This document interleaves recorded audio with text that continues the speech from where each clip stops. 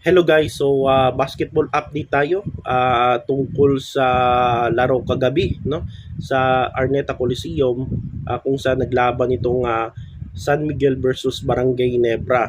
Ang mananalo ay makakalaban itong Grand Slam seeking na TNT tropang 5G. Di na sila tropang Giga guys, tropang 5G.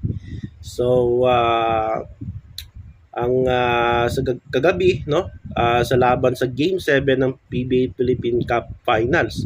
Ang nanalo ay ang San Miguel Beermen laban dito sa Barangay Nebra 100 to 93. Sa first quarter, lamang pa yung Hinebra ng 6, 23 to 17 pabor sa Hinebra.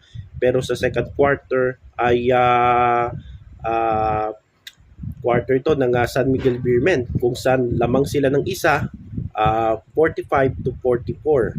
So ang score sa second quarter is 28 to 21. So kaya naglamang itong San Miguel Beermen 45 to 44 sa tulong nila John Marpardo at ni CJ Perez.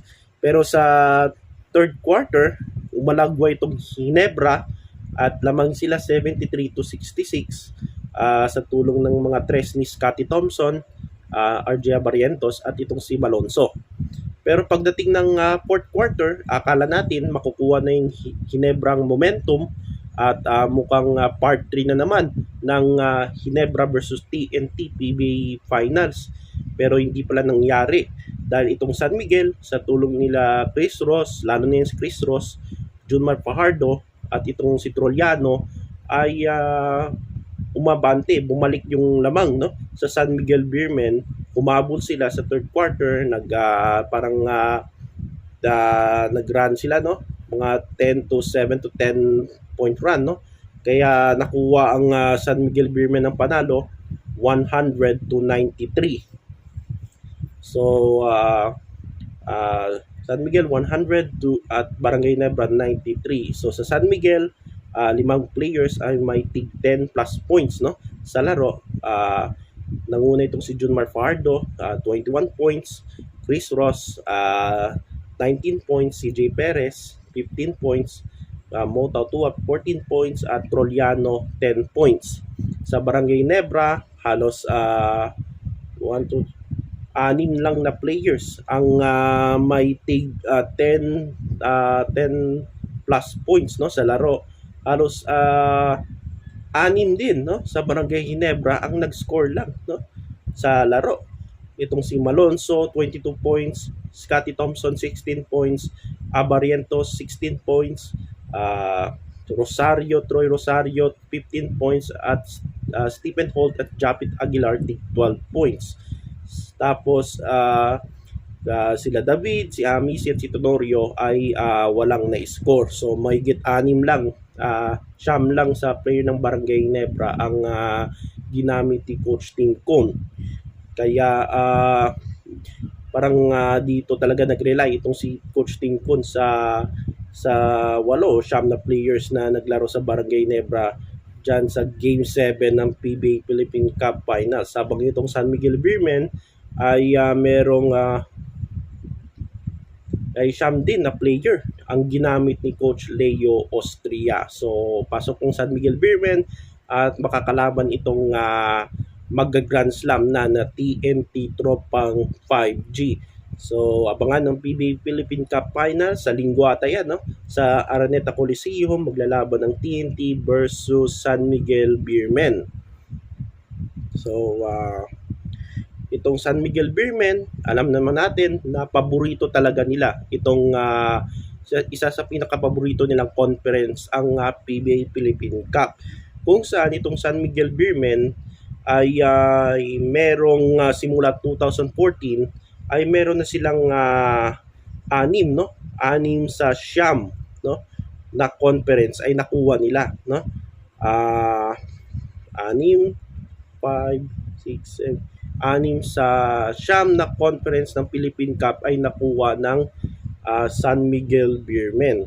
So ang hindi sila nag-champion ay nung 2020 at 2021 at yung 2024 kung saan tinalo sila ng Meralco Bolts. So ngayong 2024-25 season, 49 season ng PBA ay nais ng San Miguel na makuha uli ang ika-11 na titulo sa Philippine Cup, abang itong Talk and Text naman nag-3-peat sila noong 2010 up to 2013, no? At meron na silang 6 na kampyonato sa Philippine Cup. So ang target nila pampito na Philippine Cup title plus yung Grand Slam kung saan nag-champion sila nung nakarang Governor's Cup at ano ba yung Commissioner's Cup.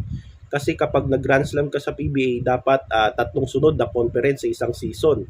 So itong TNT, kung makuha nila yung championship, pasok sila dahil 3 conferences sa isang season ng ang PBA. Abang itong San Miguel, alam naman natin na paborito talaga nila itong Philippine Cup. So sa 6 na kampyonato nila no, simula 2014 ay kasama na dyan si Junmar Fajardo, kasama si Lassiter, si Chris Ross, at yung coach nila na si Leo Austria.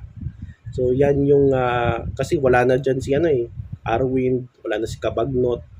So 6 no sa siyam na Philippine Cup conference ay nakuha nila. So isa lang yung mintis nila no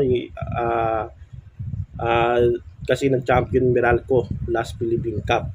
Tapos dalawa na yung tig-isa naman sa TNT at tig-isa din sa Barangay Nebra. So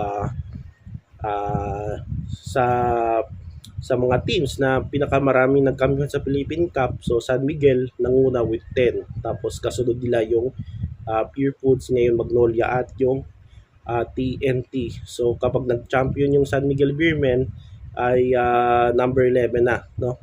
Tapos kung TNT naman, number 7 plus Grand Slam. So abangan natin kung sino yung makakuha ng PBA Philippine Cup title.